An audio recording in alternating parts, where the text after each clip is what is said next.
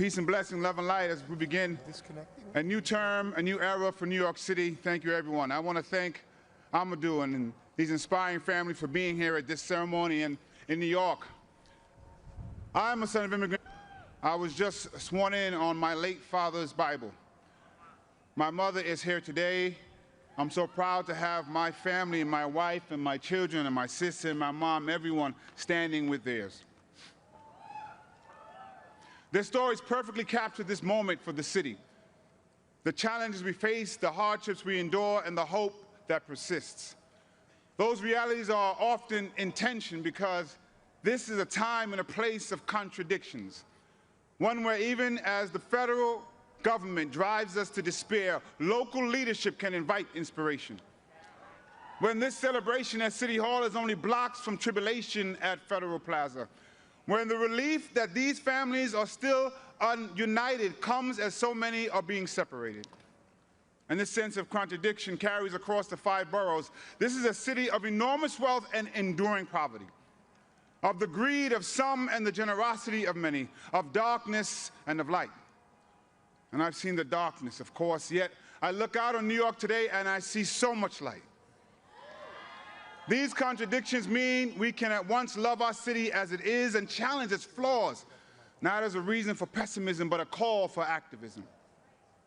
As public advocate, I've tried to be an activist elected official, someone who pushes back. Now I see the chance to push forward.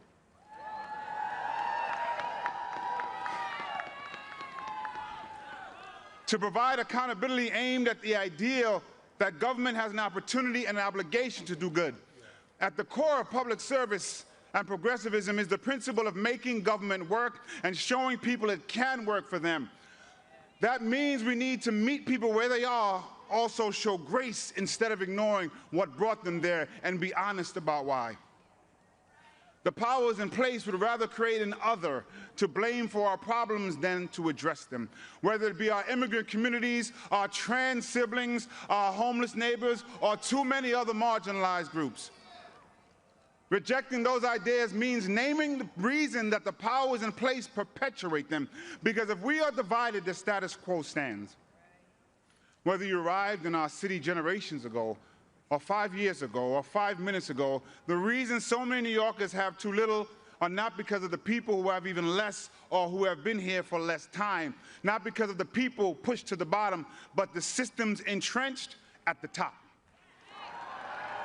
That's where we should focus our anger and our action. If we are not driven apart by the divisions of our races, our religions, our identities, but pulled together by the commonalities in our emotions, our needs, and our humanity, then we can all climb. I know that the project of New York is possible. That great mosaic described by another mayor who believed in democratic social ideals, David Dinkins. Yet the truth of it is there are people who are rooting for New York to fail. Some couch it in concern, others openly scorn our city. But at the heart of this hate is the truth that our success, that our very existence belies their core belief that New York is not possible. They demonize us because our mosaic challenges their ideology. They want to be right in their cynicism more than they want us to succeed in our idealism. They are driven by the idea that bringing together so many diverse people, cultures, faiths, identities into a united community is impossible. But New York, we are a shining beacon of possibility. We cross new cultural borders through each subway stop and are introduced to new experiences through each passenger. Our possibilities come in every language and from every heritage. So do our prayers, so do our people, so does our power. We've shown it in the face of oligarchy and authoritarianism, neighbors standing with neighbors across borough and background to defend immigrant communities and feed hungry families. We see it in the multicultural mosaic that brought us to this very moment. Even with this great moment, I know that realizing the full potential of our possibility will not be easy. It never has been. Yet I believe it's possible to make great progress because I've seen it through my years in the building behind me and the streets before us. I've been in our movement and I've seen things move.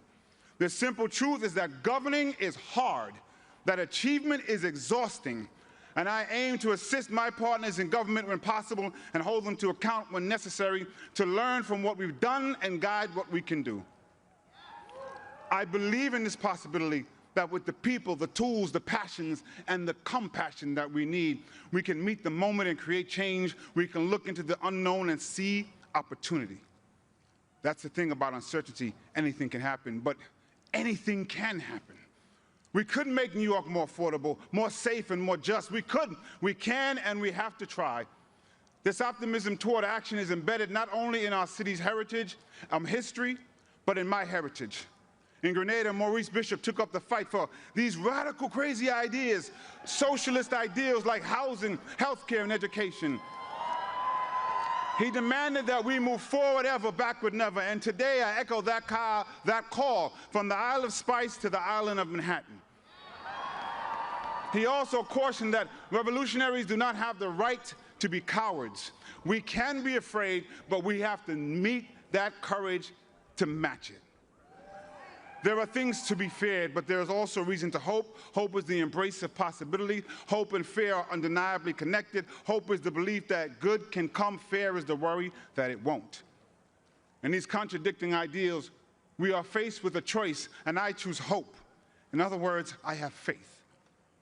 But faith without works is dead. So today, I'm committing to the work of public service, and I ask every New Yorker to commit their own talents to use what they have and do what they can for the success of our city and everyone who calls it home. I don't know if when my Grenadian mother arrived as a teenager, she hoped that a half a century later her son would speak from these steps. But she could have, because here in New York City, we choose to celebrate possibility and work to make reality. I wish I could go back and tell my younger self that. Instead, I'll say it to my daughters today, to the children of the Perez Alnaudes family, to everyone who may question their own worth like I did, or whether it's worth fighting for the city with all its contradictions and problems and possibilities. And I gotta take a second to say something to so many young people who are out there. But I'm gonna say it to one person who's waited 49 years to hear it. Little black boy, you were worth it, and you always were.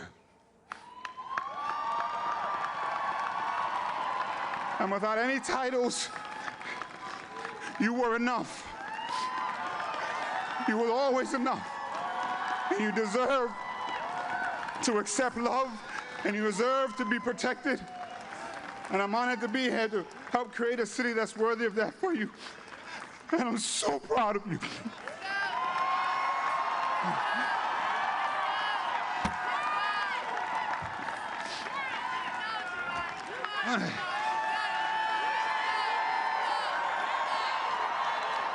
So just hold on, we're gonna be all right. We're gonna be all right. I'm so proud of you. It's all right. Let's go. We're gonna be all right.